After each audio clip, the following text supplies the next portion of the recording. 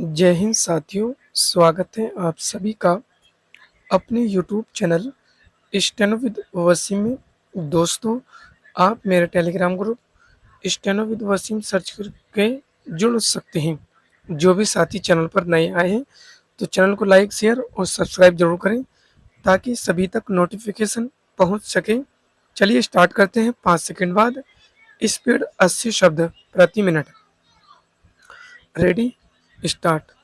अध्यक्ष जी, पर्यटन का क्षेत्र सबसे अधिक विदेशी मुद्रा कमाने वाले ऐसे क्षेत्र के रूप में उभर कर सामने आया है, जो कई लोगों को रोजगार उपलब्ध कराता है।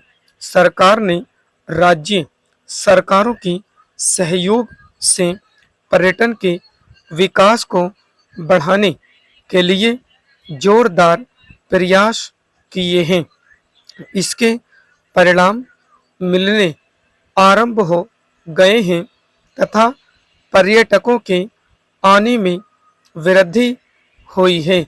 दिसंबर 1991 में अंतर्राष्ट्रीय पर्यटकों की संख्या सबसे अधिक रही है।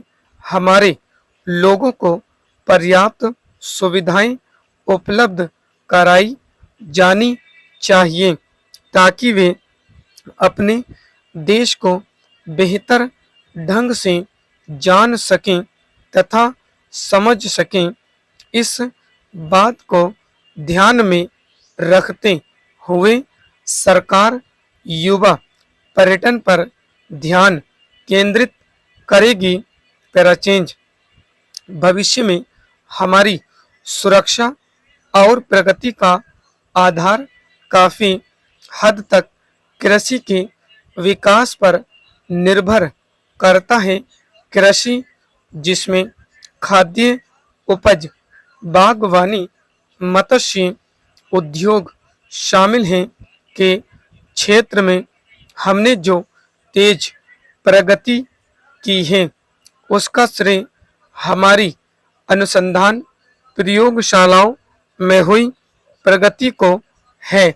किंतु इस प्रगति की कहानी अन्य सभी बातों के अतिरिक्त भारतीय किसान के जीवन तथा उसके धैर्य और दृढ़ निश्चय की भी कहानी है। 1990-91 का वर्ष लगातार ऐसा तीसरा कृषि वर्ष रहा जब खाद्यान्न उत्पादन में नया कीर्तिमान स्थापित किया गया। वर्ष 1991-92 के दौरान दक्षिण पश्चिमी मानसून का रुख अल्पकालिक और स्थानिक स्वरूप का रहा है, जिसके कारण उत्पादन में कुछ गिरावट आने की आशंका है। हालांकि हमारे अनुसंधानकर्ता अब ऐसी तकनीक तैयार कर रहे हैं जिससे कि मौसम की अनिश्चितता का प्रतिकार हो सके। वर्षा सिंचित क्षेत्रों में भूमि सुधार और उत्पादकता में वृद्धि के लिए आगे और अधिक प्रयास करने होंगे, क्योंकि भारत की कृषि का 70% भाग वर्षा के जल से सिंचित खेती पर आधारित है। मेरी सरकार ने फसल के उन्नत तरीकों, मिट्टी के कटाव को रोकने तथा स्थानीय नमी को सुरक्षित रखने जैसे उपायों के माध्यम से वर्षा सिंचित भूमि उत्पादन क्षमता में वृद्धि के लिए पहले ही बहुत से कार्यक्रम शुरू किए हैं।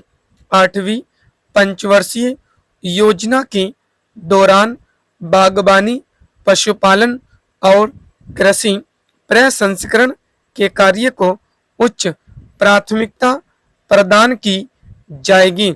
पशुपालन के क्षेत्र में सहकारी और अनुसंधान प्रयासों को और तेज किया जाएगा।